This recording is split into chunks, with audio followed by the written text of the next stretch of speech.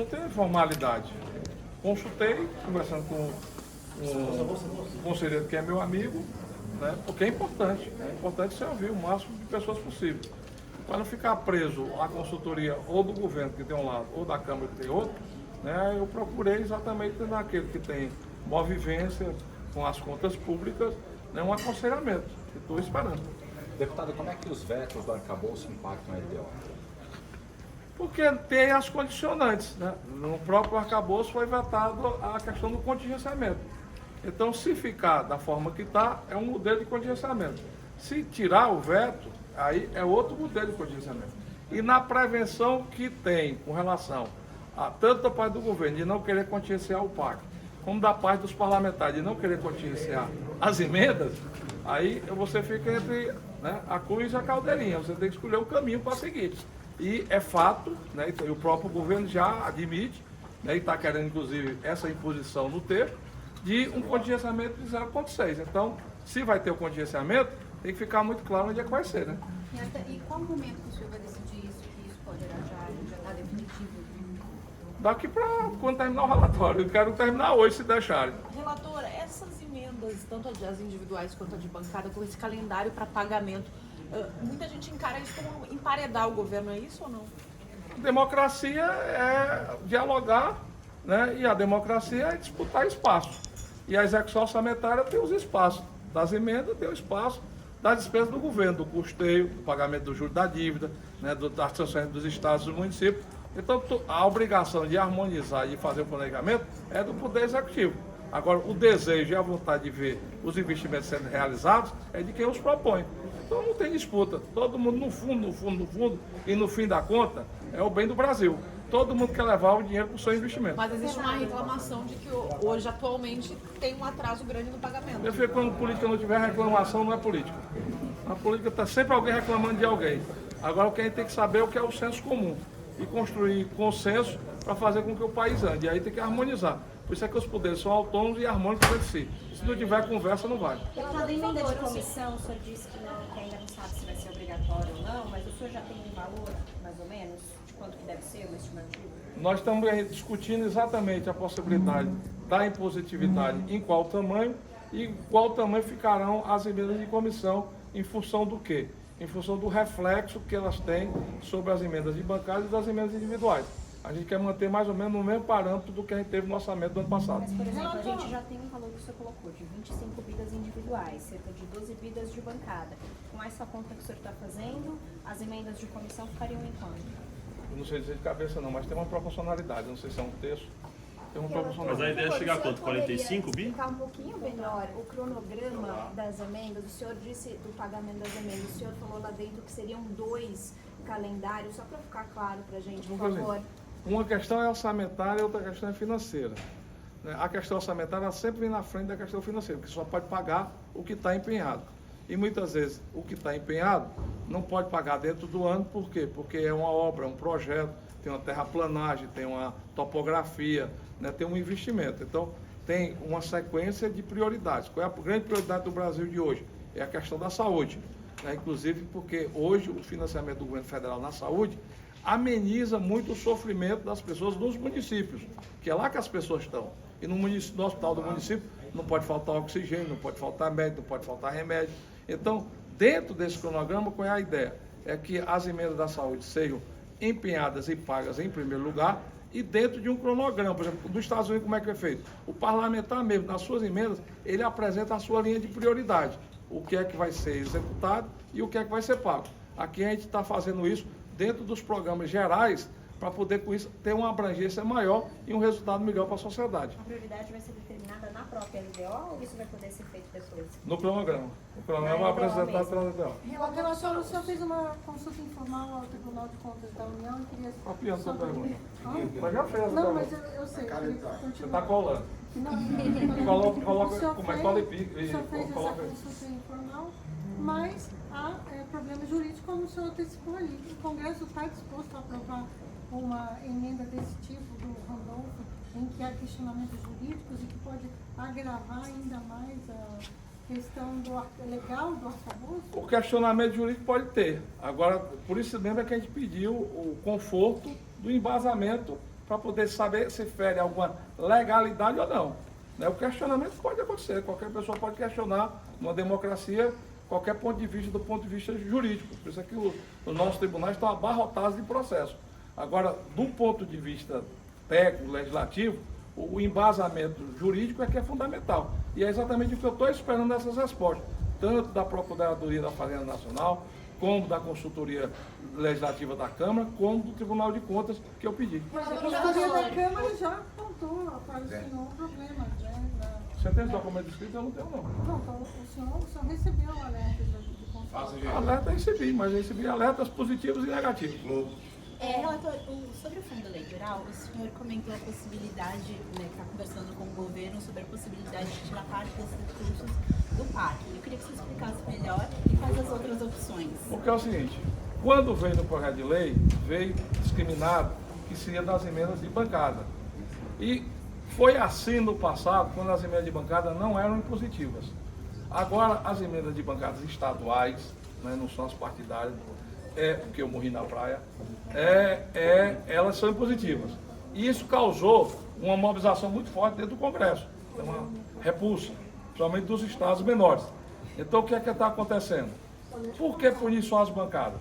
Então, se é fazer para e passo, e se o contingenciamento vai ser por dois lados, também porque é que o fundo partidário não pode ser financiado pelos dois lados. Então, nós estamos conversando para que haja, porque o espaço que tem para tirar o dinheiro do fundo eleitoral é apenas na área de investimento. Na área de custeio você não pode tirar porque já está comprometido. Na área de pagamento de dívida você não pode tirar nem na área de transferência, nem muito menos na Previdência Social. Onde é que você vai tirar? Na área de investimento. Quem faz investimento ou é emenda parlamentar ou é o governo através do PAC ou dos programas do governo. Então, eu estou querendo ver se a gente consegue harmonizar para dividir essa conta e não punir apenas os parlamentares. E já tem uma divisão de valores, uma estimativa? Tem uma discussão que é a mais pertinente, que seria o que foi gasto na eleição passada, atualizado. Tem outra discussão se seria o da eleição municipal passada. E na proposta do governo, que veio, né, muito pequena em relação a um país do tamanho do Brasil, veio apenas 900 milhões, o que não dá para fazer uma eleição, uma eleição em 5.600 municípios num país continental como o Brasil. Eu, particularmente, estou muito à vontade disso, porque, inclusive, eu defendo financiamento privado. Eu nunca defendi financiamento público, inclusive fui voto vencido no Congresso Nacional. Mas a lei está desse jeito e tem que cumprir a lei. Então, para cumprir a lei, tem que ter um esforço. Deputado, já deu um parecer? Você já chegou a conversar com alguém do governo? Pelo menos até agora não disseram que era contra. Então, quando não diz nada, né, na omissão tá bom, né? Pois então, relator, na sua apresentação, o senhor faz um levantamento de tudo que o ministro Haddad conta pro orçamento do ano que vem. Só que ainda existem questões pendentes. Quais questões que o senhor acredita que eles vão resolver e nessa conversa com o governo, o que o governo conta como certo? Porque os parlamentares, inclusive, reclamaram aqui Tudo que o governo propôs e o Congresso Nacional acordou, votou. Existem questões que precisam ser votadas ainda. E é por isso que retardou tanto, né, a confecção do orçamento. Estou aqui para enganar ninguém, a LDO retardou fundamentalmente porque as contas não fechavam. Tinha que ter um momento para fechar. E o pior dos mundos é que não ter orçamento. Como é que é? Porque não tiver orçamento, não tem responsabilidade fiscal, não tem meta fiscal, não tem parâmetro de gasto, não tem nada. Aí é a bagunça. E ninguém quer a bagunça para o Brasil. O Brasil tem que ter credibilidade. O Brasil não pode se transformar numa Argentina. O Brasil precisa ter coerência com as suas leis, né? E nós voltamos ao arcabouço fiscal para ser cumprido. Então, diante disso, tem essa discussão, né? Tem uma agenda que está sendo construída pelo presidente da Câmara, pelo presidente do Senado e a área econômica do governo, né? E eu acredito que ela possa avançar. Agora, de dizer, fazer prognóstico do que é que vai ser aprovado ou não, aí tem que chamar a mãe de Iná, porque eu não tenho O emoção. senhor mencionou uma dificuldade com a MP 1185 hoje no almoço, o senhor, também em relação ao JCP. Como é que isso vai ser contemplado no orçamento? Vai ter que esperar, de fato, tudo isso se resolver ou já tem caminho sendo pensado? Eu acho que o governo tem que pensar as alternativas. Né? Pelo que a gente percebe, o Ministério da Fazenda está já construindo algumas alternativas, né? Inclusive dessas questões judiciais que foram também ali colocadas.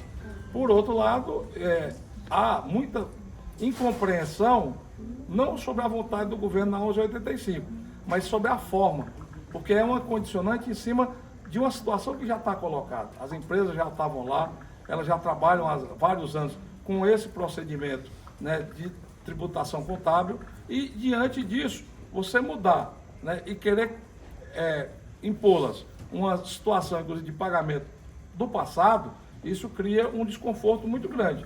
E nós estamos num momento muito crítico da economia. Então, isso pode também tirar investimentos do Brasil e retardar, inclusive, investimentos que, no momento que o Brasil precisa fortalecer e dinamizar a atividade econômica. O grande problema do Brasil hoje é que a atividade econômica está muito paralisada, né? Está muito diminuída.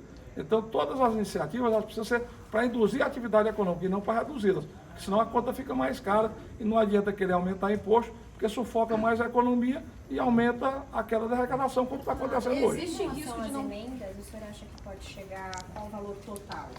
Aos 46 bi, 45 bi que estavam sendo Eu não estou com estimados? essa conta na cabeça, minha filha, não vou lhe dizer. Já passou tanto tempo pela minha cabeça desses 3 dias que eu não estou com essa conta na cabeça. Existe Mas eu vou apresentar no relatório. Sobre a emenda do Randolfo, você falou da questão da legalidade. Vencendo essa etapa, sendo legal, ela deve entrar no texto? Se for legal e for para ajudar a tirar o problema do Brasil e ajudar na agilização da formação, da votação da LDO, por que não? Sendo legal, não tem problema. Existe risco do orçamento não ser votado em 23, como já aconteceu, por exemplo, no governo Dilma? Deus me livre. Aliás, de governo Dilma, Deus me livre muita coisa. Então, quer dizer, eu acho que a gente tem maturidade, o Congresso está convicto que tem que votar, nós estamos aqui trabalhando diuturnamente para concluir esse relatório, né? Só não foi entregue na segunda-feira, porque o número de emendas excedeu-se, né? A gente deu quase 3.000 emendas para analisar, e você tem que analisar de uma por uma, porque senão o parlamentar fica desgostoso quando não vê sua emenda analisada e cria aí um desconforto. E, por outro lado, também esses parâmetros que precisam ser acordados.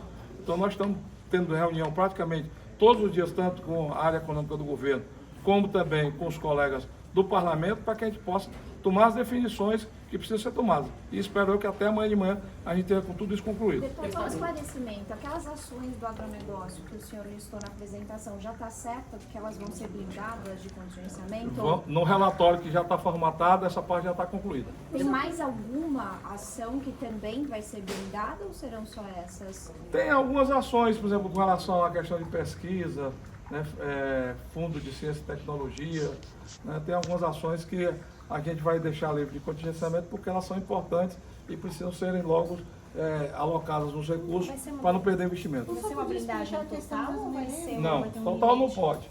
Tá. Total não cabe. Vai ter um limite que ela pode ter contingenciamento nessas áreas, é isso? Não, nessas áreas, do que eu falei dos pontos ali, que naqueles ali, no meu relatório não vai ter. Não vai ter contingenciamento Não, nenhum? não, naqueles ali não. Só podia explicar a questão das merendas, dos recursos da merenda, porque o senhor comentou, mas não falou como vai funcionar.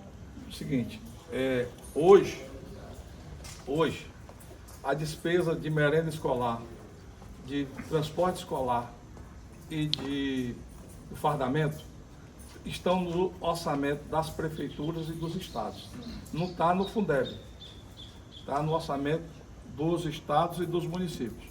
Nós vamos colocar que esse recurso pode ser aportado dos recursos do Fundeb. Por quê? Porque, primeiro, que tem um crescimento muito grande do Fundeb esse ano, algo em torno de 17, 18 bilhões. Segundo, porque já tem muita prefeitura e muito estado que chega no final do ano e fica catando despesa para poder fazer prestação de contas, porque se não gastar o dinheiro do Fundeb dentro do ano, ele é obrigado a devolver para a União, né? E a cultura brasileira não é de devolver. Então, a cultura é de que esse dinheiro seja gasto no município. Teve um município no Brasil que pagou 17 salários para os funcionários da área de saúde. Por quê? Porque estava sobrando dinheiro na conta do Fundeb e salário pode ser pago por lá. Então, diante disso, o que é que nós estamos fazendo? Nós podemos acomodar essas 3 despesas dentro dos recursos do Fundeb, aliviando o caixa das prefeituras. As prefeituras estão muito sacrificadas, estão todas aí, inclusive, com essa queda dos repasses, com essa queda da diminuição da atividade econômica, com a queda do ICMS, as prefeituras estão aí de pires na mão, todo mundo sabe disso. Então, diante disso, é uma postura que a gente está tendo que vai ajudar a sobrar um caixa para a prefeitura para gastar, inclusive, em outras áreas, como a área da saúde, ou limpeza pública, ou o próprio custeio da máquina administrativa. Ô, deputado, Tá bom? o governo pediu também para poder pagar as passagens aéreas dos deputados, dos ministros, de volta para os estados de origem deles. Isso foi pedido porque A FAB sai muito mais caro pela FAB. Dá a passagem daqui de Brasília para qualquer canto do Brasil, sai muito mais barato que pagar um jatinho da FAB para levá-los. Pode ter certeza Mas disso. cada ministro não pode pagar essa passagem, deputado? Do salário dele é bem complicado, né, não? Porque o salário já é muito pouco, né? Ministro ganha menos que deputado, não é não? Não sei quando é ministro, mas acho que ganha menos que deputado, né? Eu acho que é justo, eu acho que não é imoral, não é ilegal. Eu acho que é justo, por exemplo, o cara está lá numa atividade pública, né? Um trabalho que é melhor do que ele estar burlando a lei, inventando evento no Estado para poder ir no avião da FAB. O avião da FAB sai muito mais caro, sair de jatinho, do que uma passagem daqui para Fortaleza. E de volta R$3.000. No avião da FAB é 100 mil. Qual é a conta que é melhor para o país? Mas hoje ele tem que inventar um evento, alguma coisa para... E termina inventando uma entrevista, né? Um jornalista famoso para fazer uma entrevista, um buffet. Melhor ir para pagar a passagem. Acabar com a hipocrisia. Vale? Tá bom? Para ministro e deputado, deputado? Não, deputado a gente já tem na cota nossa. Então a emenda dele cita membros do Poder Legislativo, Não, né? só executivo. Ela cita, mas ela já tem, né? Só executivo. É só executivo. Porque no nosso caso a gente já tem na cota. E o senhor não vai deixar como obrigatório uma justificativa oficial para essas passagens serem pagas? Não vai precisar? A disponibilidade do ministro. Ele vai para visitar a terra dele lá, vai ver a família, vai cuidar da base política dele. Não tem sentido. Qual é o sentido que teria? Então não precisa. Porque o trabalho dele é em Brasília. Né? Sim, ele trabalha aqui, mas, Seria o ônus de mas ele é um representante popular, né? Mas Ele é seria o eleito. ônus de estar em Brasília. Ele fez uma opção de ser ministro, né, relator? Quê? Ele fez uma opção de ser ministro. Tem o ônus e o bônus de ser ministro. Sim, mas tem uma obrigação política também, né? Ele é um animal político. Mas O aí é um ônus é trabalho pagar uma político. passagem pra voltar. Então você acha melhor ir pela FAB? Não, eu acho que cada um Então pode pronto. pagar do seu bolso, não? Aí é que tá o problema. O cara, o salário já é pequeno. O salário é 30 e tantos mil. Ele mora. Quem é que não mora? Mas não mora. Mas aí seria para eles voltarem para... Pra cá, deputado, pra cá, deputado. Sim, de que é? Seria para eles voltarem só para as bases eleitorais. Só para a base eleitoral, só para a base do estado de origem. Ok? Se depender de mim, eu quero ler mais tarde até quinta-feira, para a gente votar no começo da semana que vem. O relatório sai hoje à noite? Quê? O relatório sai hoje à noite, será? Deus queira, vamos trabalhar para isso. Falou amanhã. Não vai ser amanhã, É, então. mas eu prometi 48 horas na Câmara, na CMO. Eu assumi o compromisso com a CMO que nós vamos ter 48 Então você vai debates. apresentar até amanhã? Vai dar as Aí, 48 aí horas? tem a leitura, tem o prazo para debater. E a né, votação e depois. a votação depois. Então ficaria semana que vem. Tá terça-feira.